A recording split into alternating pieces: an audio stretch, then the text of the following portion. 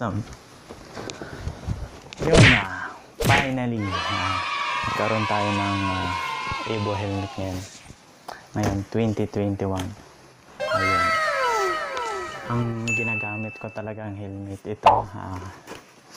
Libre pa ng motor to, no? Pag bumili ka sa kasa. Ayan.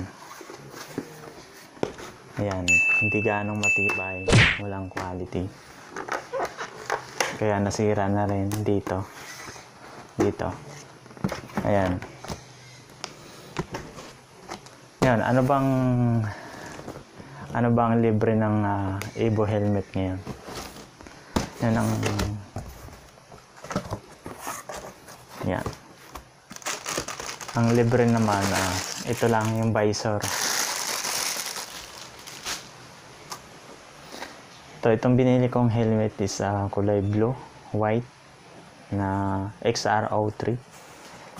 Kasi blue din ang motor ko, no? Kaya blue din ang helmet ko. Ayan. I-review natin, no?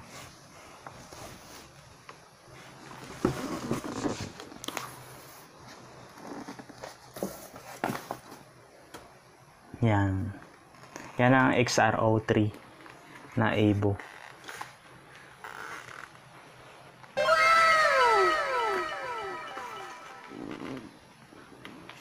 Ayan.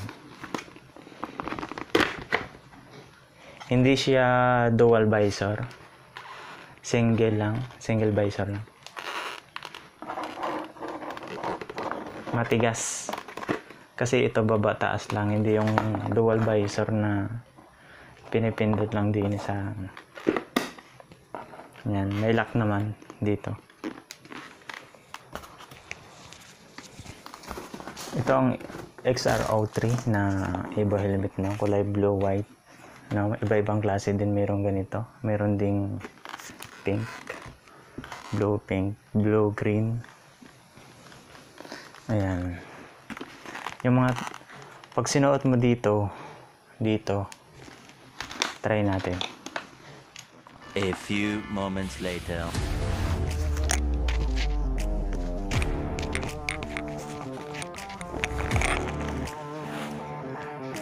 Masikip dito pag kasi siguro masikip dito kasi pag pangit naman yung maluwag dito pag sa helmet na para pag halimbawa hindi kalayuan naman na ma-aksidente at matapong masikip, hindi ka tatalsik ang helmet. Pag maluwag, sigurado. Yung helmet na ito, natatanggal din dito. Ayan o.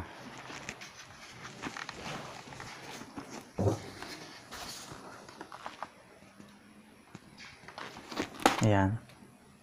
Madaling tanggalin lang. Pag gusto nyong linisin ang helmet, ayan, labahan. Ayan, nakalak lang siya. Ayan. Bago ito natatanggal din. Tapos,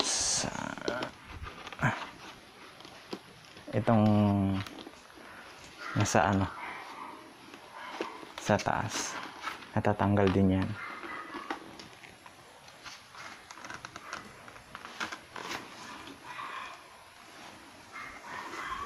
Ito naman, ayan, sa hangin. Pag nasa biyahe, gusto mong pag mainit sa loob. Ayan, baba taas lang. Dalawa yan, tapos dito. Yung na-try ko sa labas, ang lamig. Pag nasuot kasi napasok dito sa ulo yung hangin. Yan, dalawa. Meron din dito. Yan. Ito din, natatanggal din. Hihilahin lang.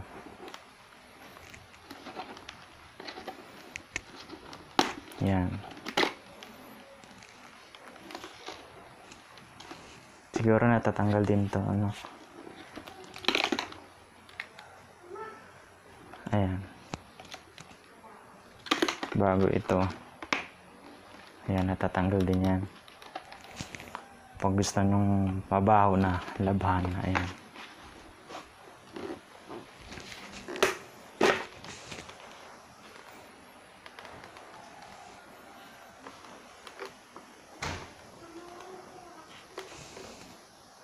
Ito nilagay ko na lang sticker na yan.